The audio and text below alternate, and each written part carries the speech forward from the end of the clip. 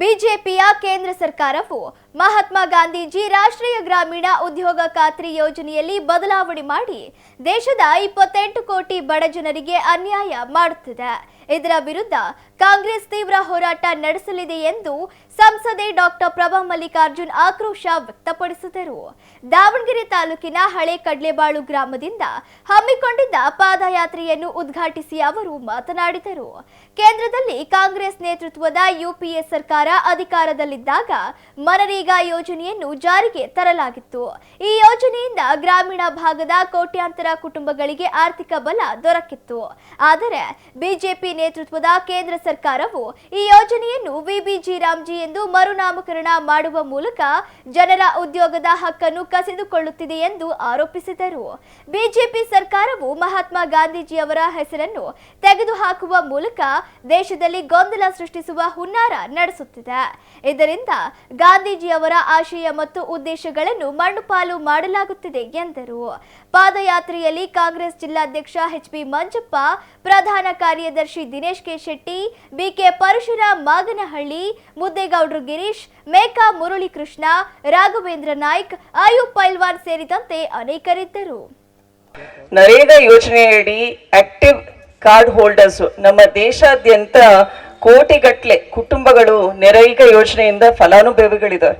ಅವರ ದಿನನಿತ್ಯದ ಬದುಕಿಗೆ, ಅವರ ಕುಟುಂಬದ ಬದುಕು, ಮಕ್ಕಳ ಭವಿಷ್ಯ ಮತ್ತು ಮಹಾತ್ಮ ಗಾಂಧೀಜಿಯವರು ಕಂಡಂತಹ ಗ್ರಾಮ ಸ್ವರಾಜ್ಯ, ಹೌದಾ, ನಮ್ಮ ಗ್ರಾಮಗಳು ಅಭಿವೃದ್ಧಿ ಆಗಬೇಕು, ನಮ್ಮ ಹಳ್ಳಿಗಳ ಅಭಿವೃದ್ಧಿ ಆಗಬೇಕು ಅಂದ್ರೆ ಒಂದು ಕ್ರಿಯಾ ಯೋಜನೆಯನ್ನ ಪಂಚಾಯತ್ ಮಟ್ಟದಲ್ಲಿ ನಾವು ಜಾರಿಗೆ ತರಬೇಕು ಅಂತ.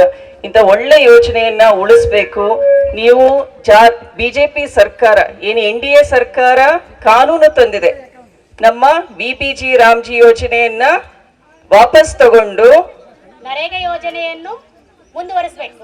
ನಾನು ಉಲ್ಟಾ ಹೇಳ್ತಾ ಇದ್ದೀನಿ, ನೀವ್ ಎಷ್ಟು ಕೇಳ್ತಾ ಇದ್ದೀರಾ ಅಂತ. ನರೇಗಾ ಯೋಜನೆಯನ್ನ ಜಾರಿಗೆ ತಗೊಳ್ಳೋದು, ವಿಬಿಜಿ ರಾಮ್ಜಿ ಯೋಜನೆಯನ್ನ ವಾಪಸ್ ತಗೊಳ್ರಿ ಅಂತ ನಾವು ಇವತ್ತು ಪ್ರತಿಭಟನೆ ಮಾಡ್ತಾ ಇದ್ದೀವಿ.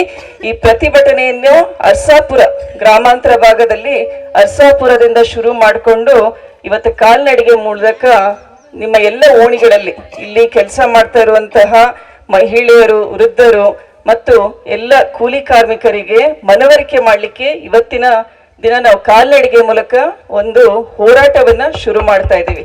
ಇಷ್ಟೊಂದು ಸಂಖ್ಯೆಯಲ್ಲಿ ಎಲ್ಲ ಮಹಿಳೆಯರು ಬಂದಿದ್ದೀರಾ ಮತ್ತು ವೇದಿಕೆಯ ಮೇಲೆ ನಮ್ಮ ಗ್ರಾಮ ಪಂಚಾಯತ್ನ ಎಲ್ಲ ಅಧ್ಯಕ್ಷರಾದ ರತ್ನಾಬಾಯಿ ಮಂಜಾನಾಯಕ್ ಅವರು ಬಂದಿದ್ದೀರಾ ಮತ್ತು ಎಲ್ಲ ಹಿರಿಯರು, ನಮ್ಮ ಬ್ಲಾಕ್ ಅಧ್ಯಕ್ಷರುಗಳು, ಮಂಜಪ್ಪನವ್ರು ಈಗ ತಾನೇ ಮಾತಾಡಿದ್ರು, ಗಿರೀಶ್ ಅವರು ಬಂದಿದ್ದೀರಾ ಮತ್ತೆ ಎಲ್ಲ ಪರಶುರಾಮ್ ಅವರ ಆದಿಯಾಗಿ ಚಮನ್ ಸಾಬ್ ಅವರು ಇದ್ದೀರಾ, ಅಯ್ಯೂಬ್ ಪೈಲ್ವಾನ್ ಅವರು, ಶಾಂತರಾಜ್ ಅವರು ಮತ್ತೆ ಎಲ್ಲ ಬಾತಿಯಿಂದ ಎಲ್ಲ ಕಡೆಯಿಂದ ಇಡೀ ಗ್ರಾಮಾಂತರ ಭಾಗ, ಕಡ್ಲೆಬಾಡು, ದೊಡ್ಡಬಾತಿ, ಹಳೆಬಾತಿ, ಕಕ್ಕರಗೊಳ್ಳ, ಔರ್ಗೊಳ್ಳ, ಕಾಡೆಚ್ಚಿ, ಬೇತೂರು, ಇಡೀ ಗ್ರಾಮನೇ ಒಂದು.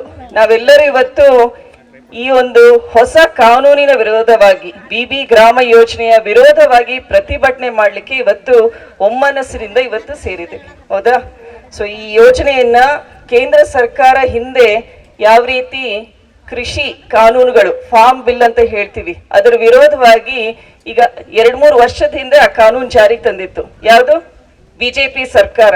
ಅವಾಗ ನಮ್ಮ ರೈತರು ಈ ಕಾನೂನು ಹಿತಕ್ಕೋಸ್ಕರ ಇಲ್ಲ ಅಂತ ಮನವರಿಕೆ ಮಾಡಿಕೊಂಡು ಈ ಕಾನೂನು ವಾಪಸ್ ತಗೋಬೇಕು ಅಂತ ಕೆಳಮಟ್ಟದಿಂದ ಅಂದ್ರೆ ನಮ್ಮ ಹಳ್ಳಿಗಳಿಂದನೂ ಪ್ರತಿಭಟನೆ ಆಯ್ತು. ರಾಜ್ಯ ಮಟ್ಟದಲ್ಲಿ, ರಾಷ್ಟ್ರ ಮಟ್ಟದಲ್ಲಿ ಎಷ್ಟು ಮಟ್ಟಿಗೆ ಹೋರಾಟ ಆಯ್ತು ಅಂದ್ರೆ ಆ ಕಾನೂನನ್ನ ಕೇಂದ್ರ ಸರ್ಕಾರ ವಾಪಸ್ ತಗೋಬೇಕಾಯ್ತು.